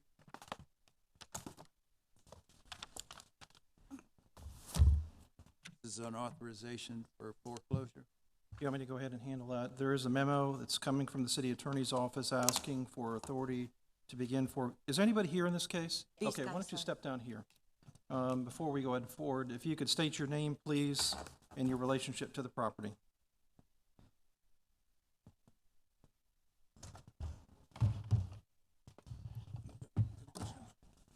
My name is Avi Portnoy. I'm the trustee of the land trust. Can you spell your last name, sir? Could you spell your last name, please? P like people, O R T like Tom, N O Y. And you, sir? My name is Eyal Kaduri, EYAL KADURY. I work for Ox. Yeah. Okay. Okay, so you got before you today a request for foreclosure of this property, 518 East Lime Street. The property is not in compliance with the 2017 code enforcement case. There are approximately $110,000 outstanding. This property is non-homesteaded. The fine is continuing to run at $250 a day for each day that it's not in compliance. The property was recently changed hands, but the property still remains in non-compliance, and any specific questions relative to that could probably be answered by Officer Gasson. So the city is asking for your authority to begin foreclosure of the 4 code enforcement cases that remain open. And sir, you know, you don't normally hear from people that are here, but I would suggest that we give them the opportunity to speak, unless you have questions of Officer Gasson about the case, the underlying case. Now would be the time to do that before these people get the opportunity to speak. Officer Gasson, do you have anything that you'd like to? This case, obviously, I think most of this board is well aware of it. 518 East Lime Street is a quadplex, a little 4-apartment building. It's been a significant crime problem for the city of Tarpon Springs Police Department. I've been employed here for 20-plus years. The whole time I've worked here, that apartment complex has been a source of calls. I actually have in front of me, just from 2016, 385 police calls that occurred related somehow to that address. Are all of them because of a crime that occurred there? It's either people coming and going, cars stopped there, whatever, with that address. We recently, March 21st of this year, condemned the building. The building inspector, Mr. Powell, deemed it uninhabitable because of the significant poor condition that it was in. So this is a significant nuisance to the city, and that's why we're requesting to move forward with the foreclosure process so we can eventually abate the problem at that address. Can I speak? Yes, sir. Okay. Bring the microphone in front of you so we can all hear you. All right.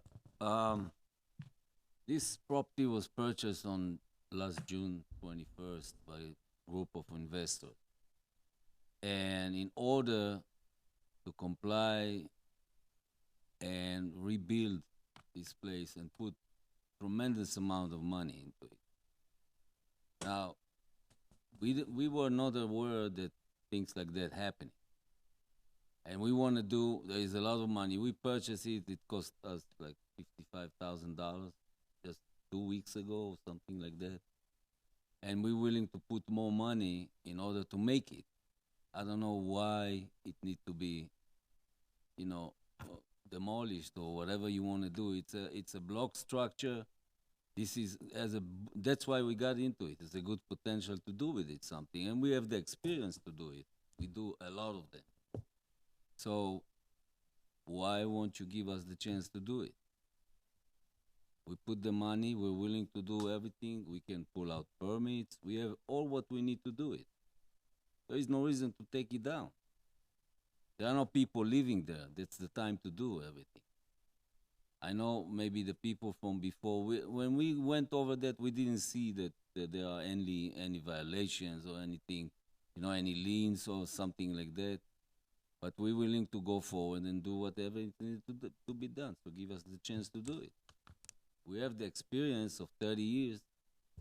Why not to do it? We have a broker.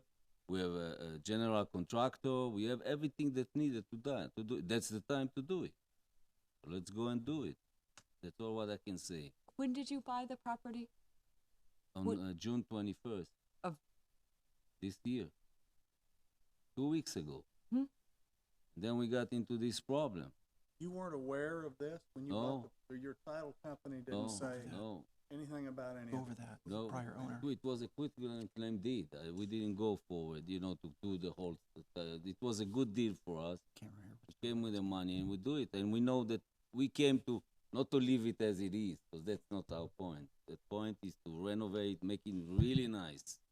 It's right there. With to put fancy door and probably the different kind of people. This is gonna be nice. The rent's gonna be higher. These people around that right now there or were there won't be able to rent over there. Sir. Yes, sir. How did you purchase the property? What type of paperwork was completed for it? How do we purchase property? Did you do a warranty deed, quitclaim deed? We do quitclaim deed, yeah. Here, Okay. I have it, here. What's the company you work for? What? What's the company you work for? I don't work for no company. You don't work for any company at all? You said you're responsible I'm an for the officer trust, in correct? affordable properties. Which trust are you the trustee for? This Tapon Height. I'm sorry, what's it called? Tapon's Height, number 5, Land Trust. Okay. And who did you purchase the property from? From those two trusts. Which two trusts? Okay. You want to see the quitclaim deed? I'll give it No, to you. I've You actually see. seen the quitclaim deed. I'm asking you, who'd you purchase the property from? So Who'd you write the check to? I rented it. What? Who'd you write the check to? I write the check to those trusts. Which trust? That's what I'm asking you. Okay. It's two trusts. One of them is the Kibi Tapon Florida Land Trust number 1, UTD 8/6 2018, IMI 464 Rentals, LLC, and 259 AJW Rentals LLC, CO-trustees. That's what it is. Did you go look at the property at all before you purchased it? No, You didn't. no, And I saw what pictures. alerted you to our case? What's that? What alerted you to our case? How did you become aware the city of Tarpon Springs was in this position? What's that? That's the violations on the building. I'm not on the field. He's on the field. Okay, He so found it he for went to me the and gave it field to and me. made you aware of it after the purchase? After the purchase. Okay, do you guys know Mike Shimshoni? Yes. Oh, okay, so he works for the same company as all you guys. No. So you, well, No. he does. Mike Shimshoni. Excuse me, he's a- sir. Okay. Excuse me. Mike Shimshoni he has a company which called Affordable Realty. Right. It's just a broker What else does he do? and management. Oh, property management? Yeah, yeah. And Did he what I manage- do, Did he manage that property by chance? no, I 518 don't East know. Lime? I have I'll no solve idea. that for you. Yes, he did. And he never mentioned the property to you? Oh, No. Okay. Incredibly hard to Not- believe, but I'm okay. not working with him on those bases. I don't have any further questions at this point. Okay, so they've made their presentation, the city has made their presentation. Now you need to decide whether or not that you want to move forward by giving authorization to the city to begin its foreclosure process. So the two motions would be either to approve or authorize the foreclosure process to start, or to not approve the foreclosure process. Can I say something? We're done at this point, sir. You've had the opportunity to speak, so. I'd like to make a, Well, the owner of the property did. I don't know who you are in relation to it, but this is the owner of the property. He's my manager on the field. So, I'm sorry, there was a motion. I'd like being- to make a motion to approve, going ahead with the foreclosure. Second. Discussion. Discussion. Excuse me, I have no idea to decide which way to vote. Well, you've heard the testimony of Officer Gasson. You've heard the testimony of the new property owner. And so you have to make your decision based upon what you've heard and the request that's before you.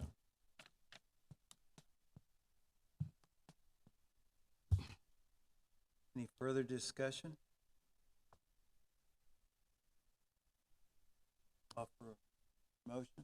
Well, we've got a motion, we got a second, just be a roll call at this point now. Roll call? Ms. Casey, Yes?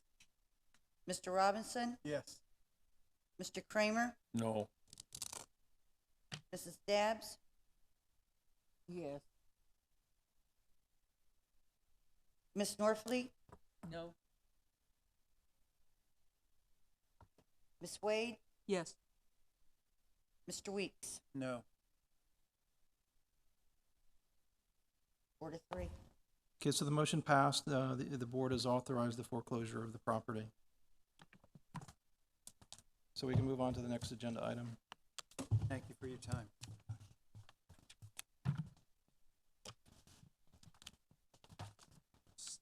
Seventeen dash 8000591, 500 East Oakwood Street.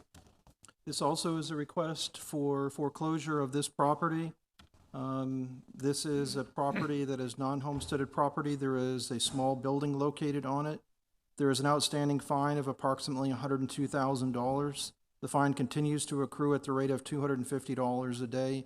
The property is in very poor condition and the source of numerous complaints. If you have any specific information about the property, I would suggest that we have Officer Gasson speak to those issues. But the city attorney's office is requesting authority to foreclose this property. I don't have anything substantial to add. This was a small building that is operated as a church many years ago, and it's become run down and in very poor condition. The roof is coming off. It's a metal roof. There's actually pieces of it that flew off. It got significantly damaged back in the hurricane in 2017. Pieces of that roof and the building ended up in neighbors' yards. So we opened a code case for it. We've been moving forward with it. We've got no response from the owners to take care of the property and abate the issues, which ultimately is probably going to result in just the demolition of the property. So the city is requesting the board to allow us to foreclose so we can abate the nuisance property. According to the county office, it was homesteaded until 2017, and then it's been vacant since. Is that? Yeah, but the interesting thing is I don't know how it ever was because it was a church. So I mean, as long as I've worked here, it's been a church. I know people have periodically, I think, stayed in there, but Okay. so I don't know how it was managed to be homesteaded, but fundamentally, and it would be impossible now unless they just want a giant sunroof. Yes, I'm seeing the property. I'd make a motion that the Board of Commissioners It should be act the to- city attorney's office to begin foreclosure proceedings. to begin foreclosure on Second. this property. And that Second. would be, property number 17-8000591 500 East Oakwood Street. And we have a second. A roll call, please, Bobby? Ms. Vaquesi, Yes. Ms. Norfleet, Yes. Mr. Robinson, Yes. Mr. Kramer, Yes. Mrs. Dabb, Yes. Ms. Wade, Yes. Mr. Weeks. Yes. Motion carries. Thank you. Is there any further business to be completed at this time? We have a approval of the minute. Do we have any minutes? Sir. Public comment? Board and staff comment? Question maybe for Attorney Press, but I need some clarification. Sure. Earlier in this meeting, City Code 8-40, due to maintenance, I noticed we, voted to, assess the fine at $25 a day. And help me understand why did that same code 8-40 change, and what determined it to be changed $25 a day? I'm not following your question. You have the ability to fine for an initial violation $0 to $250 a day. The board had found $25 a day was appropriate in that case on Gulf Road. I think that's one you're referring to. On a repeat violation, it could be up to $500 a day. And again, you remember the three things that you look at is the gravity of the violation, how serious is it, what has the property owner done to bring the property into compliance, and, you know, has the property owner been found in violation in the past. Those are the types of things that you look at in determining the dollar amount of the fine. But each case needs to ride in its own facts. Some are more serious than others. So I don't have any particular answer for you, but, you know, that's what you're supposed to do in determining the dollar amount of the fine. Okay, one last comment, because, off the Gatson, I listen always to your recommendation, and maybe I missed it. Was there a recommendation for the last two? On the foreclosures or the last two cases? Repeat violator cases are a little different in the sense that typically the board doesn't ask me. On new violations, there's like the two-part motion, and I get asked for the city's recommendation for a fine and a time frame. And that's why I try to inform the board that they maybe had a previous case that was $100 a day, just to kind of give you some information about the previous repeat violator. But I'm not specifically asked on repeat violator cases, so I don't. And time frame wise, we can't provide a time frame because they're already a repeat violator. They're either in compliance or they're not, and it's on them to get in compliance to make the fine stop. Okay, So- well, I just look to your professionalism when you recommend, and I just did hear you recommend, and I'm saying, you know, I didn't know why you did. I typically don't on repeat violators because I'm not asked by the board. So I try to, like I said, I try to kind of sneak them in my testimony just to let you guys be aware of it. Yeah, But okay. yeah, you certainly could ask me before a motion is made, I would imagine. I think procedurally that's accepted. But that's why a long time ago we separated out new cases to two parts. was for that reason, so that we'd have an opportunity to provide the board with additional information about previous fines and previous cases and that, and so you can make an informed decision.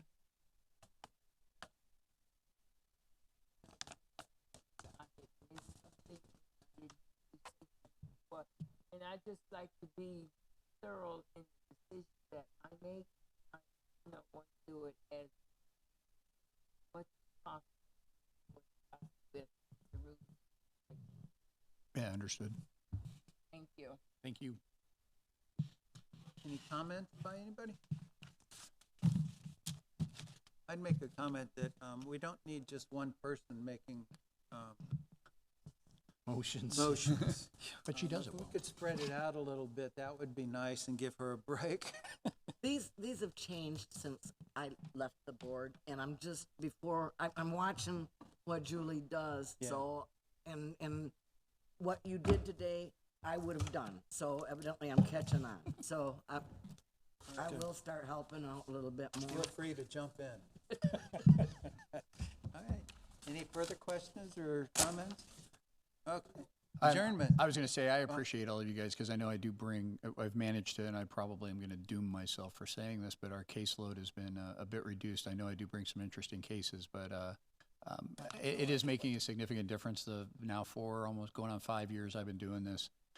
We've managed to actually do some really good things, and one of the cases we heard today is a perfect example of kind of the whole reason I got into this position, was to try to take care of some of these nuisances, make the area better for the city to live in, and it largely hinges on you guys to start that process. So for that reason, you know, I'll say I appreciate your work. So couldn't do it without you, literally. I have a question about the question that was asked of you, of whether you thought your job was to help people eliminate these problems. I didn't understand your answer. The city's goal is always compliance. That particular situation was unique in the sense that he's not new. He's well aware. So there's some back end to that, you know, we do try. If people communicate with us, we send them letters, they contact us. We do everything we possibly can so they do not come here. I would prefer to have 0 cases come to Code Board. Ultimately, that's my goal. When people communicate with us, these two are amazing at communicating with people. Yep. Sometimes I'm, but they're the ones that do all of it. And they do a wonderful job at it. And we do strive. I will stretch people out as long as I'm talking to them and as long as they're telling me what's going on. I don't want them here. So unfortunately, in some circumstances, people have different opinions and I can't help that. But I thought that was your job, and so you might have had a background with It him. is, but ultimately my job is to find violations, cite violations, and get people to comply with those violations. If you go to the mean and dirty of it, but with that being said, there's about 50,000 other things I do in the process. But my job is find violations, cite violations, or notify somebody of a violation and try to gain compliance of those violations. And I do notify them. There's certain things legally I can't do, especially with repeat violators. I have no choice. I have a legal requirement to do certain notifications a certain way. So in that particular case, generally speaking, I don't, same thing. I courtesy letter, door hanger, somehow communicate to you there's a violation. You know, I don't necessarily have to be warm and fuzzy. We try, but there's a point in time where I also have a legal requirement that things have to be done a particular way. So Mr. Trask's job is much easier if it goes to appeal. And So- some people object to your walking on their property to make notifications or take photos, and then the next time they want to know why you didn't walk on their property. You're So exactly there's that right. issue as well. Yeah, it's an interesting thing, and I've had a interesting run, and I'll probably be around for a little bit while longer. So you guys are stuck with me for a bit. Yeah, lots. Okay, I'm gonna adjourn. Thanks. Thank you. I've seen him a lot. Right. And he's been here.